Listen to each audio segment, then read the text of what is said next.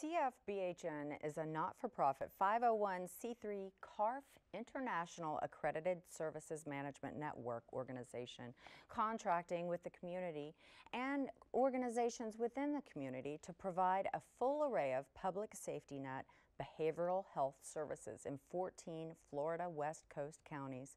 More on CFBHN up next on Bayside.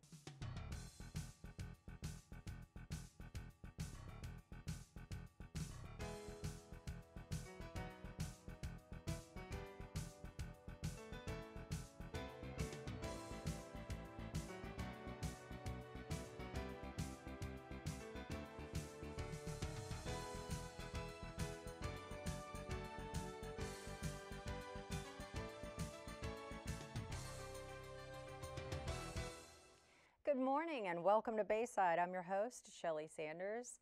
Like I said before, we're talking about CFBHN and they're bringing a guest with them, and they've been on the show before too, DACO. I'm sure you've heard of them. Just in case you haven't, not to worry, we have both the CEOs for both organizations with us today. Linda McKinnon, welcome back to the show. Good to see you again.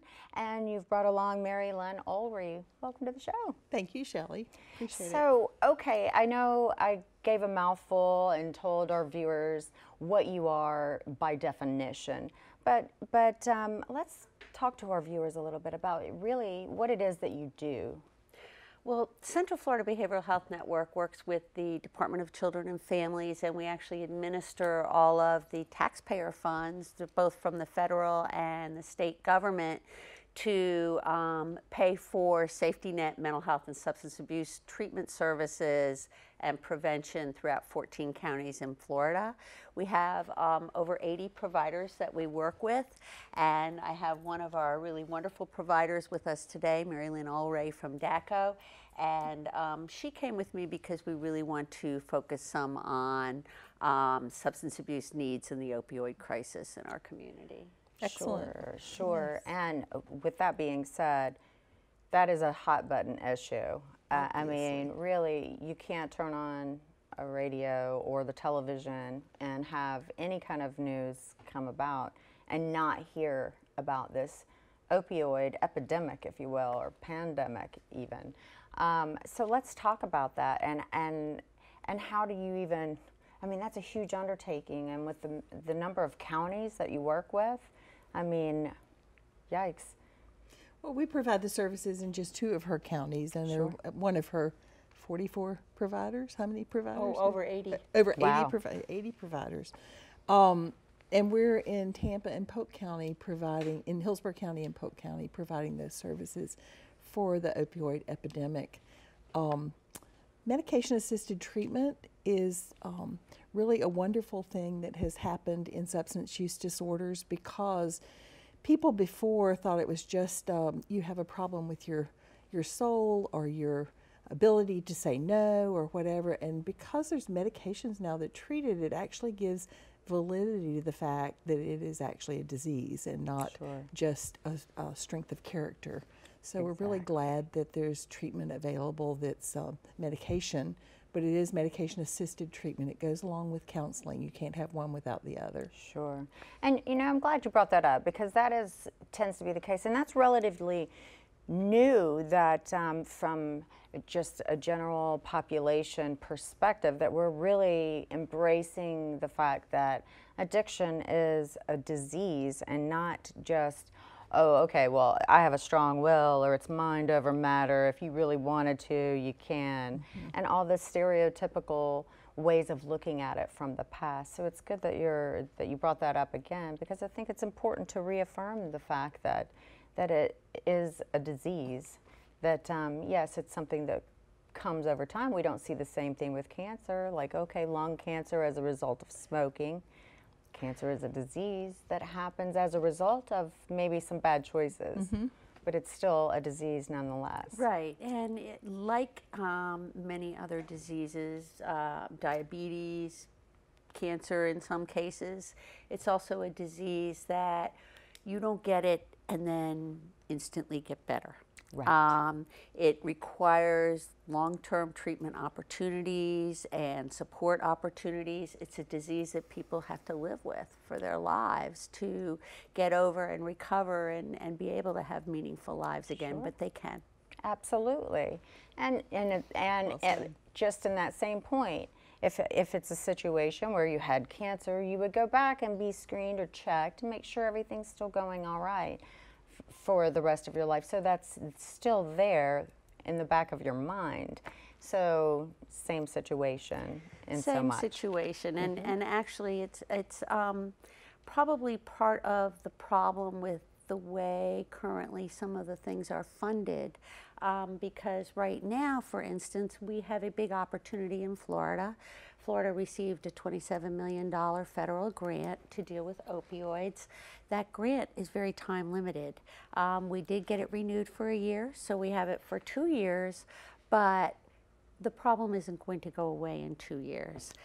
People that need assistance and treatment may still need treatment in 2 years, and so it's a problem with the resources and trying to match them really to individual needs. Sure.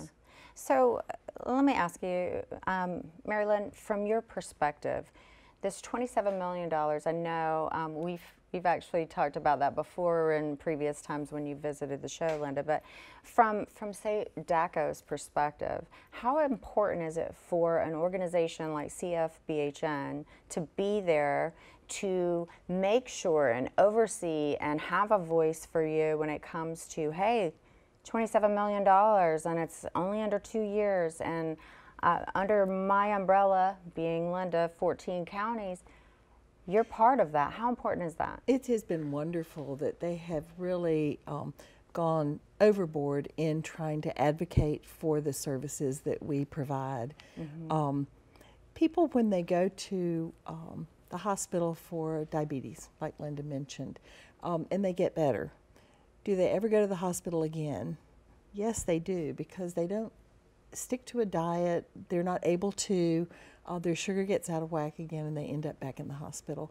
People always want to know, did you fix them when it's substance abuse? Are they well? And it's a chronic debilitating disease, like Linda said. So advocating for us and for what we're doing and helping people understand addiction and mental health issues is something Central Florida has taken on personally for us. Sure. With the legislature and with the community. So we're really grateful for their advocacy. Sure. Linda, do you find that that is part of the struggle when it comes to going through legislature? You know, yes, asking for these grants, and that it's part of the stigma of addiction. It's even a struggle in battling for those funds through legislature. It typically it really has been. What we've seen in the last 5 years is there's a movement towards that. If the governor yesterday put out his legislative budget, one of his biggest issues was dealing with the opioid crisis. I think what we found is this crisis didn't just start. There's always been addiction, but this particular crisis, because it sort of started a lot of it with people being prescribed medications legally, and then sort of unwittingly becoming addicted. Florida was really successful at closing the pill mills, quote, where people were, so we had a lot of more white collar, middle class, suburban people starting to deal with this issue. And then when the pill mills closed, a lot of them moved to illegal drugs because they were available and they were less costly. And you add on to that mix the fentanyl that started coming into the country, which is deadly. And we started seeing more and more people die. In Florida, close to 14 a day. that started waking people up, I think, and realizing this just isn't a disease of, quote, you know, the poor or minorities or, you know, the street people. This is something that's affecting all of us in our homes and communities. It's something that's definitely could be considered. This is a crisis situation for sure. All right, we've got more coming up for you, and you can always log on to their website to get more information in the meantime, and I'd advise you to check that out while we get a break at cfbhn.org.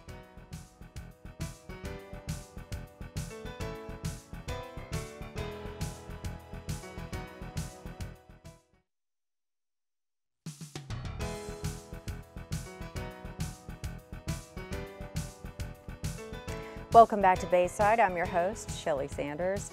I've been talking with Mary Lynn Ulrey from DACO and Linda McKinnon from CFBHN. They've both been informing us of this opioid problem that we have, and that would be an understatement, a problem. So we've talked about the various ways that it's shown up and the various waves of how it's impacting our communities and who it's impacting. But maybe, Mary Lynn, maybe this is an area, because DACO, you are the service provider for Hillsborough and Polk County underneath CFBHN's umbrella. Talk to me about these various treatments and the various medications that were briefly mentioned earlier. How perhaps we have a viewer out there that's thinking, gosh, you know, my son, husband, aunt. I'm really glad you asked that, Shelley. We have about 10 to 14 people coming in every day. Oh, wow. From the opioid epidemic, which is astounding. And thanks to Linda and her advocacy, we're able to actually see those people. There are several medications. There's Vivitrol, which is a wonderful injection that lasts for a month that helps people with alcohol and opiate addiction. You have to be drug-free for 2 weeks before you can take that, and you have to make sure your liver's okay. But it helps with people with cravings, and so they have no cravings, and it's been a miracle drug to be able to help people with that aspect of it while you provide treatment. Would you say, is it fair to say that that's part of the fear of maybe someone, I mean, let's face it, you know, when you have an addiction, it's just a matter of like, are you ready to face that and go through it and deal with it or not? So would you say that some people, just the thought of, ooh, I don't know, I've been to NA before, it doesn't work, or I've been to rehab before, it doesn't work, I really don't want to face just that craving. I don't want to deal with that side of it. Would you say that this is huge in that regard? It's a really big issue. I think some people don't want to take the injection because it really does work, and they're not sure they want to give up their drug yet. So we have other options, though, and that are synthetic opiates. One is Suboxone, which is newer. It's called buprenorphine, Suboxone, Subutex, different names for it, different strengths. And so people that have recovery collateral, they have a home, they have a job, they have supportive family members, are really probably more adept at taking Suboxone. It's a prescription. You get 2 weeks worth, come back and see the doctor, so we have to trust that you're going to have support and a place to live and those kind of things, and going to your job. If you don't have any recovery collateral, then you probably need, and you've been arrested before, and you've been overdosed before, and been in an ER, you probably need to be on methadone. And methadone and Suboxone are very similar. Mm-hmm. But one is a prescription you take home, and one you have to come to the clinic every day until you get a take-home to say, I want to see you every day because I want to be sure that you're doing the right thing. See the commitment level. See the commitment level and that kind of thing. So, and it's been around since the 70s. Sure. It doesn't mean it's bad. A lot of people die from methadone overdoses, but not from clinic methadone, from methadone on the street. Right. So that's really important to know. Back out into where the triggers are and thinking maybe this could help out. Well, and it might be laced with other things, but it does have methadone, you know, somebody got somehow. The other thing that Central Florida has been really supportive of is prevention. This year in 27 high schools in Hillsborough County, all 27 of them, we're providing what's called RX Smart, which is a digital education program for all of the health classes in high school. So over the next 3 years, all the high school students will receive this 45-minute education that helps them with resilience and changes in attitudes and behaviors that we can measure. And then if there are high schools that don't have a really good measurement of that, we can go back and do individual work with those high schools. So we'll have a beat on which high schools really had changes in attitudes and behavior toward opiates. And that's really the only way we're ever going to really address this issue. Sure. Currently all the treatment is you're already an addiction, and we need to stop that process. And it's not just one drug. Right. We've had methamphetamine crises and various. This one's the worst because so many people are dying, but we've got to start getting ahead of that drug use through a lot more intensive prevention and education of our kids and, our physicians and our communities, really. Sure. So this program has already started?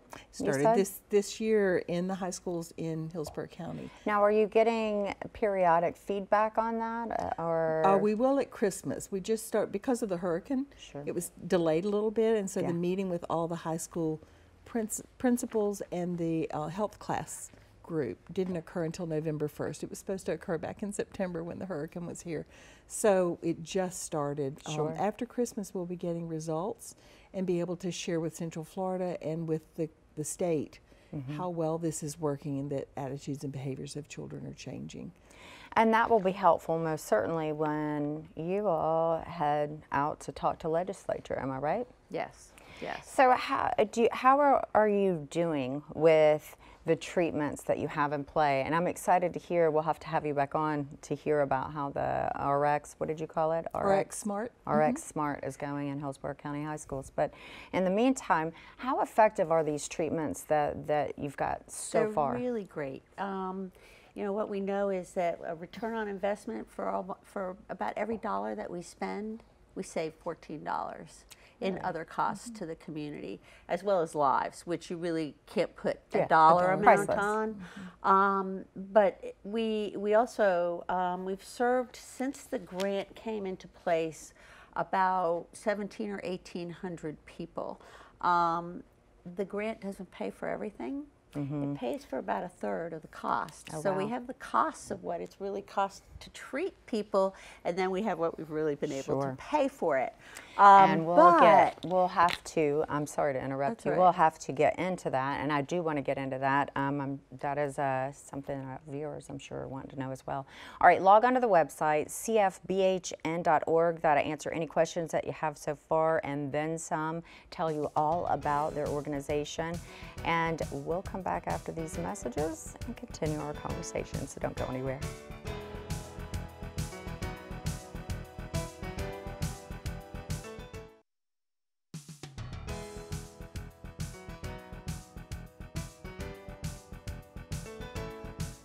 Welcome back to Bayside. I'm your host, Shelley Sanders. I've been talking with Mary Lynn and Linda. We've been talking all about basically the ins and outs of what you do here in the state.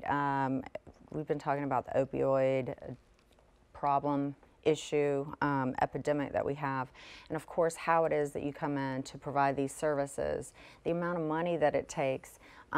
It's encouraging to know though that the $1 spent saves $14, and that's regarding from a public standpoint. So in other words, for you at home, the monies that are spent on helping is actually saving $14. That's Yes. incredible to me. So we talked about the financial side of things, but before we really dive into like how our viewers can help you guys out, I want to find out how, there's so many, it seems like, especially in the celebrity world, it's so posh almost to go to a treatment facility or rehab, or I have an issue, let's go to this rehab or that rehab. And in some cases, how do people afford to go, and is that always what constitutes a good place, and how do you make that decision? Well, the amenities certainly cost more. We don't have a swimming pool at DACO, but we do have the same outcomes as a Betty Ford Center. So somebody that spends $5,000 for residential or $6,000 for residential locally can spend $50,000 a month for the same service if they have a pool, but they're not going to get better outcomes. And I think it's really important to look at accreditation, to look at people's outcomes. They can share those with you before you pick a treatment program. See how well they're doing and what other people say about the treatment program. So those are the questions you need to ask. Yes. You need to go in and ask, what are the outcomes of patients in your residential program? How well do they do? And actually, the publicly funded programs are under much more scrutiny than many of the private ones, because something to keep in we mind, have to especially assure when you're that, looking into it. that money's used wisely. So you don't have to go out of town. So for you at home, by all means, go log on to cfbhn.org. We'll have a link for you on our website as well. Check it out, especially if you know someone or you yourself need some help.